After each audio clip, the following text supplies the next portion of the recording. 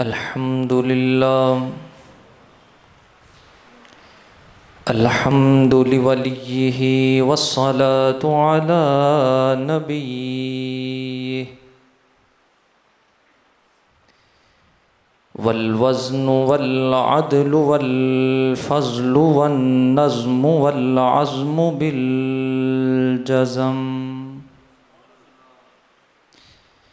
بوحدته بكبريائه بسلطان وبإعلان وبإتقان وبإيمان وبإعلان وبإتقان وبإيمان وبيان في فرقان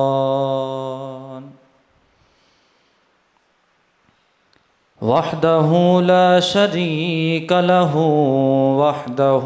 بوحدة موحدا بوحده وحيدا وأحدا بلا مدد وجدد ونصب ووصف في الكمال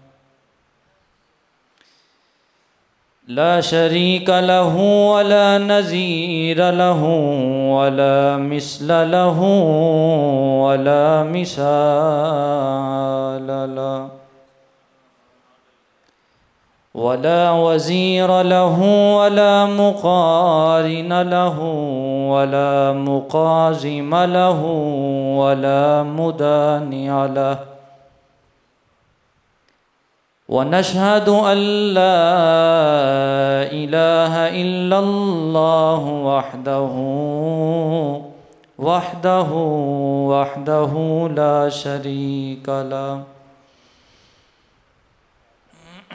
أما بعد فأعوذ بالله من الشيطان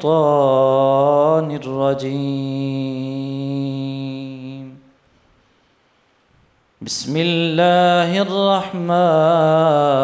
الرحيم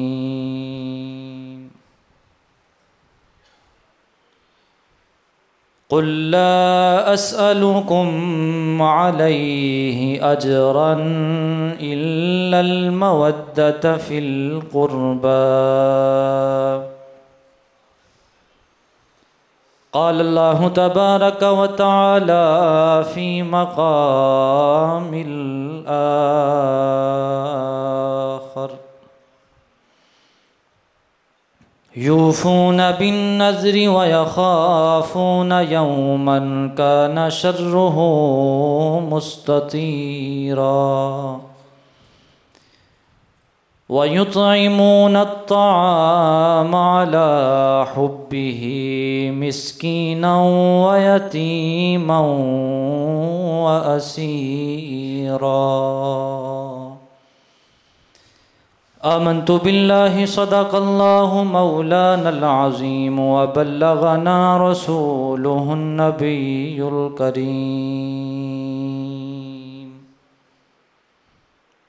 إن الله وملائكته يصلون على النبي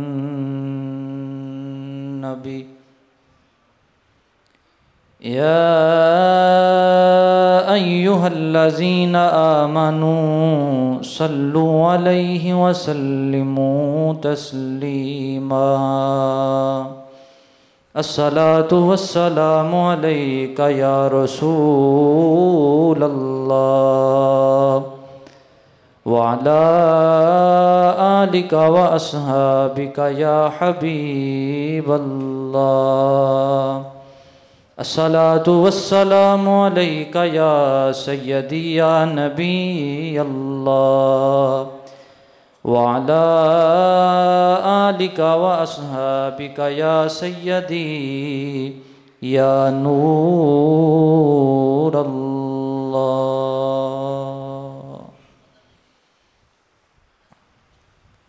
اللہ رب العزت کی حمد و ثنا کے بعد درود پاک آقا نامدار مدنی تاجدار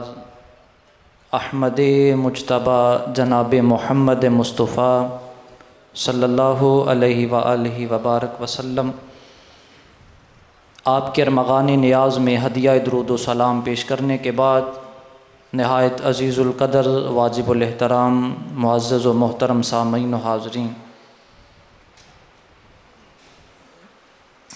آج کا جمعۃ المبارک بالتخصیص سید الشہداء امام عالی مقام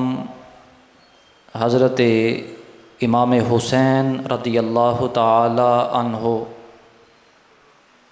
آپ کی بایاد میں منعقد ہے۔ حضرت امام حسین رضی اللہ تعالی عنہ نے میدان کارساز میں، میدان کربلا میں اپنا سارا کنبہ دین اسلام کے لیے وقف کر دیا، اور دین اسلام پہ اپنا سارا کنبہ وار کے دشمنان اسلام کو بتا دیا کہ ہم نے اپنے نانا کے دین کی حفاظت اس طرح کی ہے، اور اس آنے والی امت کے لیے یہ بات روز روشن کی طرح واضح اور عیاں ہو گئی کہ جس طرح انہوں نے دین اسلام کے لیے اسلام کی پہراداری کی ہے، اسلام کی ناموس کے لیے، آقا علیہ الصلوۃ والسلام کی ناموس کے لیے اپنی جانوں کے نذرانے جان آفری کے سپرد کیے ہیں۔ کہا کہ آنے والی نسلوں کو یہ پتہ چل جائے کہ عاشق مصطفیٰ ایسے ہوتے ہیں۔ امام عالی مقام حضرت امام حسین رضی اللہ تعالیٰ عنہ آپ کا ذکر خیر کیا جا رہا ہے۔ قرآن پاک میں اللہ رب العزت نے ارشاد فرمایا قُلْ لَا أَسْأَلُكُمْ عَلَيْهِ أَجْرًا إِلَّا الْمَوَدَّةَ فِي الْقُرْبَى، کہ اے محبوب آپ فرما دیجئے قُلْ لَا أَسْأَلُكُمْ، نہیں میں تم سے کوئی چیز طلب کرتا، کسی چیز کے متعلق تم سے سوال نہیں کرتا، کسی قسم کا کوئی اجر تم سے نہیں لیتا، إِلَّا الْمَوَدَّةَ فِي الْقُرْبَى، مگر یہ ہے کہ تم نے میرے قریبی رشتہ داروں سے، میری اہل بیت سے محبت کرنی، اور جس کے دل میں محبت اہل بیت نہیں ہے، جس کے دل میں محبت اہل بیت نہیں ہے،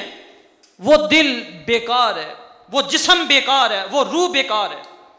اور جس کے دل میں محبت اہل بیت ہے،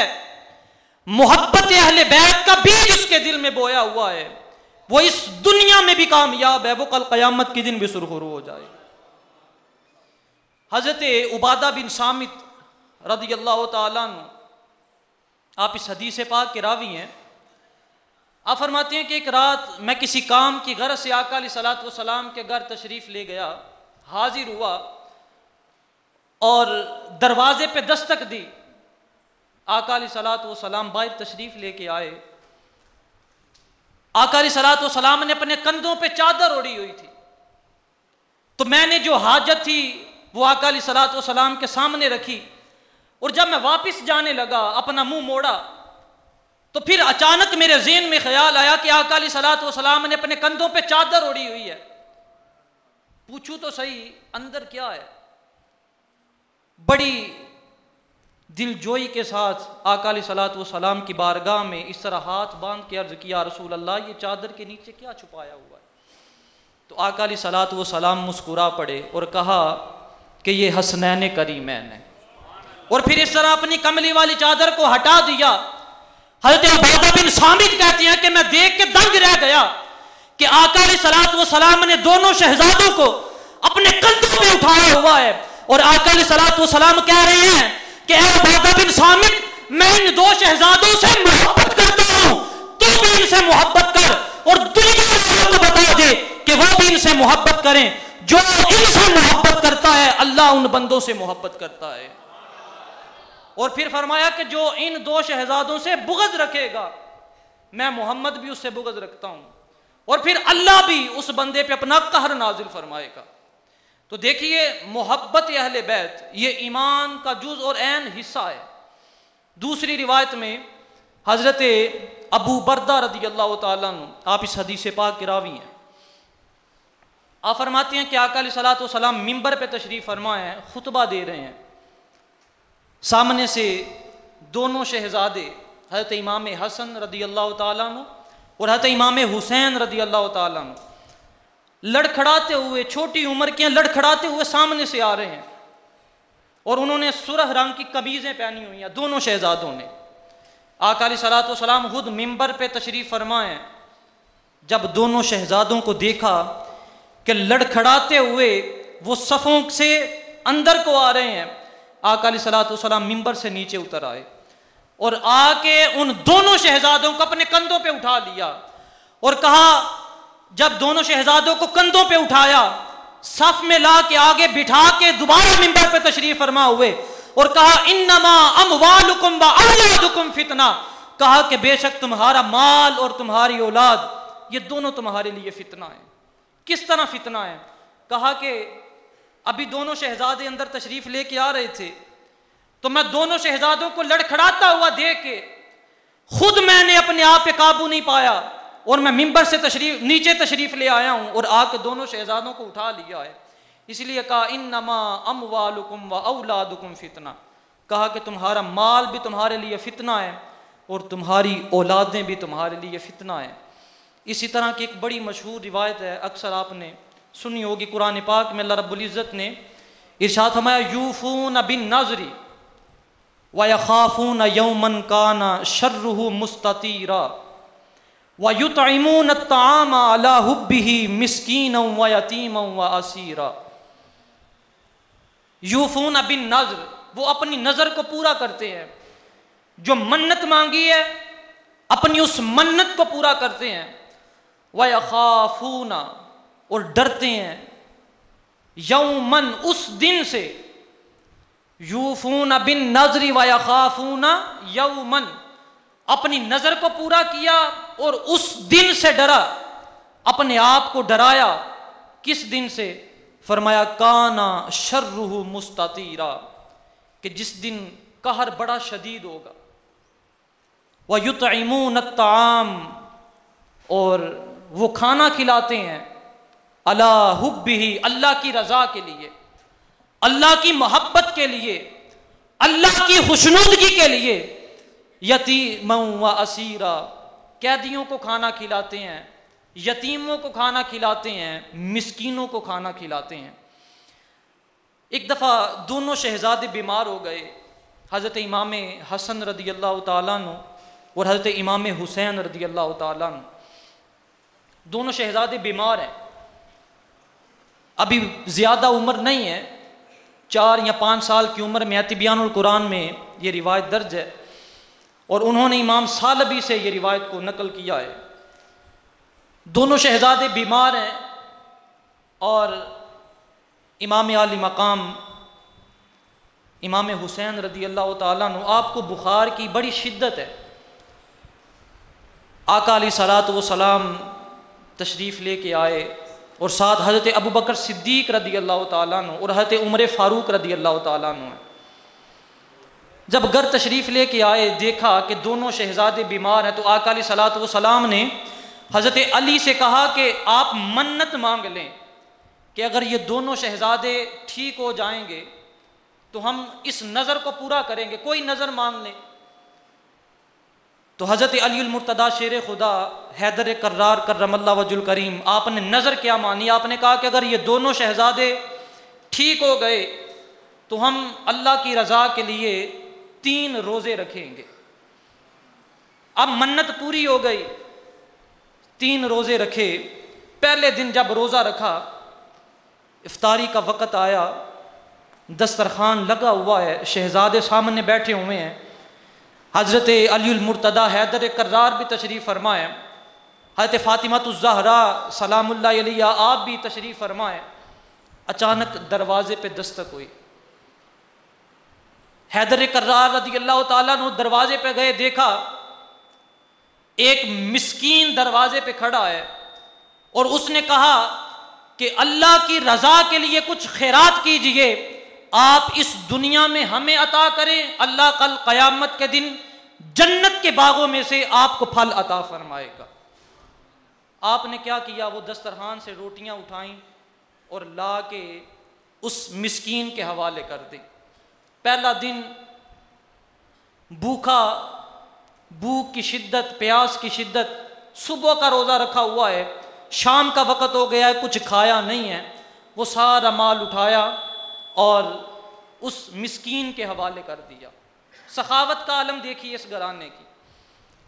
اب دوسرے دن پھر روزہ رکھا، عین افطاری کا وقت ہوا، یہ قرآن میں بیان کیا گیا ہے، عین افطاری کا وقت ہوا، پھر دروازے پہ دستک ہوئی، دسترخوان لگا ہوا ہے، دروازے پہ دستک دی گئی، حیدر کرار دروازے پہ گئے تو دیکھا ایک یتیم کھڑا ہے۔ اس نے کہا کہ میں یتیم ہوں، اللہ کی رضا کے لیے مجھ پہ کچھ خیرات کیجئے، مجھے کچھ صدقہ عطا کرے، آپ اس جہاں میں صدقہ عطا کریں گے، اللہ قیامت کے دن جنت میں سے آپ کو کھلائے گا۔ آپ نے وہ اندر آئے، دسترخوان سے روٹیاں اٹھائیں اور جا کے اس یتیم کے حوالے کر دیں۔ اب 2 دن گزر گئے، صرف پانی کے ساتھ روزہ رکھا جا رہا ہے اور پانی کے ساتھ ہی روزے کو افطار کیا جا رہا ہے۔ تیسرا دن ہوا، تیسرے دن پھر اسی طرح سارا دن روزے کی حالت میں، شام کا وقت ہوا افطاری کا، دسترخوان چنا گیا اور جب افطاری کرنے لگے پھر دروازے پہ دستک ہوئی، حیدر کرار دروازے پہ گئے، دیکھا ایک قیدی دروازے پہ کھڑا ہے، کہنے لگا اللہ کی رضا کے لیے مجھ پہ کچھ خیرات کیجئے۔ آپ اندر گئے، پھر تیسرے دن وہ سارا سامان اٹھایا اور لا کے اس قیدی کے حوالے کر دیا۔ آقا علیہ الصلوۃ والسلام اس گھر تشریف لے کے آئے، اچانک جبریل امین بھی حاضر ہو گئے اور جبریل امین آ کے کہنے لگے کہ خدا اللہ رب العزت نے آپ کے گھر میں مبارکباد بھیجی ہے۔ آقا علیہ الصلوۃ والسلام نے کہا کیسی مبارک؟ کہا وَيُطْعِمُونَ الطَّعَامَ عَلَىٰ حُبِّهِ مِسْكِينًا وَيَتِيمًا وَأَسِيرًا، کہا کہ انہوں نے اپنے پیٹ کو نہیں دیکھا، اہل بیت نے اپنے پیٹ کی خاطر نہیں بلکہ محبت کی خاطر، اللہ کی رضا کی خاطر 3 دن اپنے مال کو راہ خدا میں وقف کر دیا ہے۔ تو اس لیے اللہ نے جنت میں اعلیٰ و عرفہ مقام لکھ دیا ہے۔ وَيُطْعِمُونَ الطَّعَامَ، کہا کہ انہوں نے قیدیوں کو کھانا کھلایا، یتیموں کو کھانا کھلایا، مسکینوں کو کھانا کھلایا، کہا کہ اللہ کی رضا کے لیے انہوں نے اپنا مال اللہ کے لیے وقف کر دیا ہے۔ یہ ایسا گھرانہ ہے، اہل بیت کا گھرانہ، جس دل میں محبت اہل بیت نہیں ہے وہ دل بالکل بیکار ہے۔ جس سینے میں محبت اور عشق اہل بیت نہیں ہے وہ سینہ بھی بالکل بیکار ہے۔ جس کی زبان سے محبت اہل بیت نہیں نکلتی، اس کا ذکر نہیں ہوتا، وہ زبان بھی بالکل بیکار ہے، اور جس کی روح میں محبت اہل بیت نہیں ہے وہ روح بھی بالکل بیکار ہے۔ انسان کا جسم، ہم آج یہ بڑا نعرہ لگتا ہے، پچھلے دنوں میں بھی یہ نعرے لگائے گئے کہ میرا جسم اور میری مرضی۔ دیکھیے یہ جسم اللہ نے دیا ہوا ہے اور اس پہ اللہ ہی کی مرضی ہے، ہم اس کے مالک نہیں ہیں۔ جس وقت چاہے اللہ ہماری جان لے لے۔ تو جب جسم اللہ کا دیا ہوا ہے تو جو اللہ نے احکامات ہم پہ نازل کیے ہیں ان احکامات کی پیروی کرنا وہ بھی ہم پہ لازم اور ضروری ہے۔ اللہ رب العزت کے حضور دعا ہے کہ اللہ تعالی ہمیں دارین کی سعادتیں، عزتیں اور برکتیں نصیب فرمائے اور محبت اہل بیت سے ہم سب کو سرشار فرمائے، عشق مصطفیٰ سے ہمارے سینوں کو لبریز فرمائے۔ آمین۔ وما علیہ الا البلاغ المبین۔